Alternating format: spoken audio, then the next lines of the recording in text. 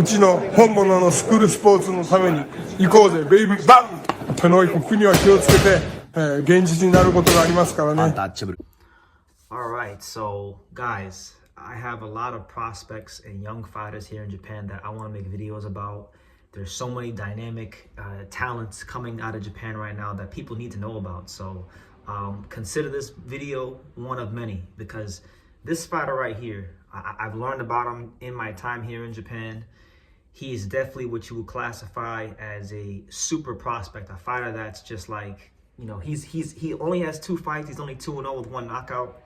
But he's a fighter that's already kind of getting some star treatment here in Japan, and that's none other than I might get his first name wrong. I may mispronounce his first name. So anybody in Japan who wants to kindly tell me if I mispronounce his first name, let me know how I say his first name. But in this video, we're talking about the super flyweight prospect, Aoi Yokoyama. Yes, Aoi Yokoyama. 2-0, 1 knockout, super flyweight prospect. Just a really interesting talent, a very dynamic talent, someone that is pegged to do some big things in the pros. This is a fighter in Yokoyama who is constantly getting compared to the monster Inoue, you know, Naoya Inoue, because of the way he fights. Very explosive first step, very just a lot of agility.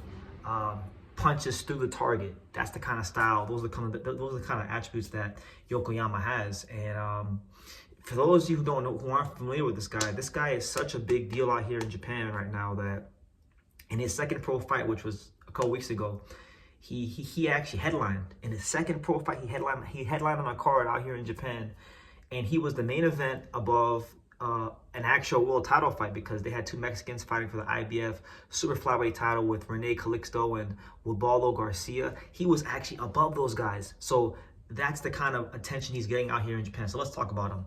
Aoi Yokoyama, 44-12 as an amateur. He captured the Japanese amateur title at the Japanese amateur championships in 2022 as a bantamweight. You know, he practiced karate as a kid, and he won multiple national championships in elementary school for karate. So you know, anybody who's doing karate, you know, and winning Japanese amateur titles, you gotta have a high level of athleticism to accomplish those things. I mentioned earlier that his fighting style, I would say, out of all the fighters in Japan, I've never seen a fighter mimic the style of the monster Inoue more than this guy.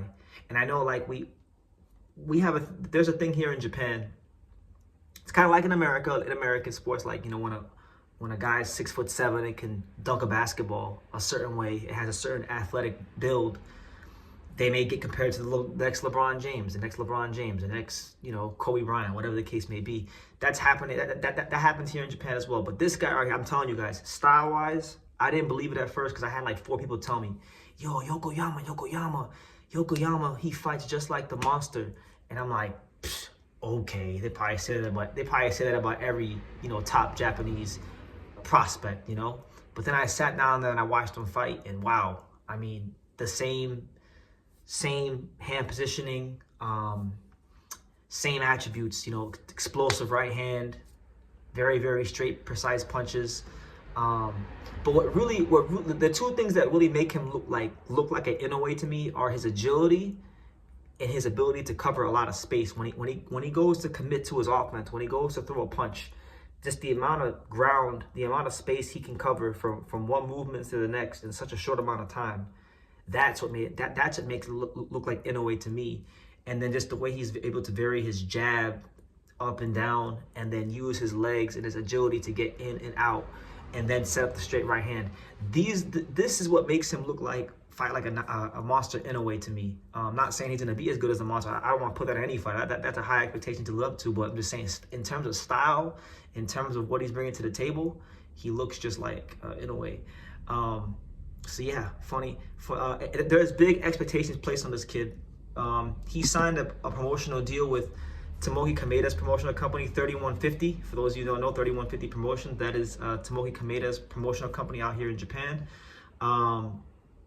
And they're already pumping money into this guy's career. They're giving him a monthly salary. They're giving him around $2,000 to $3,250 a month in monthly salary, and that's not even including his purses. So he's getting paid, you know, money to train and just focus on boxing and nothing else, all that's covered.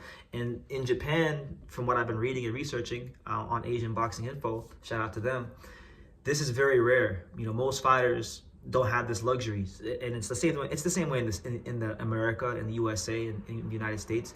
A lot of fighters don't get the luxury of just focusing on what they want to do. They gotta, you know, work a job or try to get a bunch of sponsorships, and this is not like that. He's just getting money pumped into his career from 3150 Promotions, and that's not even factoring in his fight purses. So he's already making good money, 2 fights in, being not the biggest name in Japanese boxing yet, but 3150 Promotions is already betting on Yokoyama. They're saying, look, we think you're so good. We think you're such a star. We think you're going to pan out so much that we're going to give you a bunch of money just so you can focus on boxing. That's the kind of belief they have in this kid, you know. And he's already headlined the card, 2 fights into his career. So big expectations being placed on him, and we'll see how he handles them.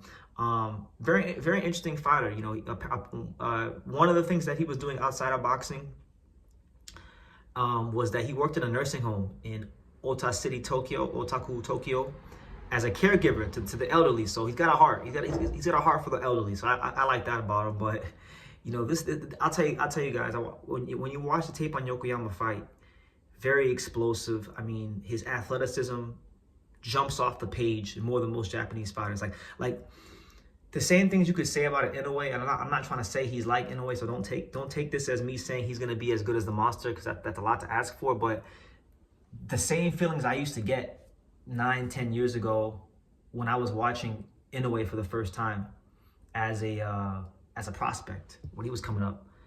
His athleticism back then jumped off the page, and I haven't seen really a Japanese fighter except maybe Jin Sasaki, but like he wasn't this athletic and this fundamentally sound.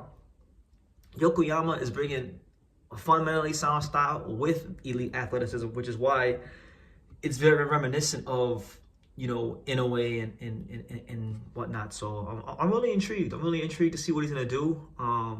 This is someone, guys, that they're gonna fast track toward the title. I'm telling you right now. This is someone that I believe, with his amateur pedigree, with his style, with what he's bringing to the super flyweight division, this is someone that I think that 3150 Promotions and his handlers, they're going to try to fast track this kid to a world title. He's got 2 fights now. I'm telling y'all straight away, I'm telling you right now, I'm going to say by his 7th or 8th fight, he's going to be either at or fighting for, close to or fighting for a world title by his 7th or 8th fight. Because you can already see when he fights, he's very polished. The jab is very measured, and it's very precise. He's very creative in his attack. His agility is really at a high level.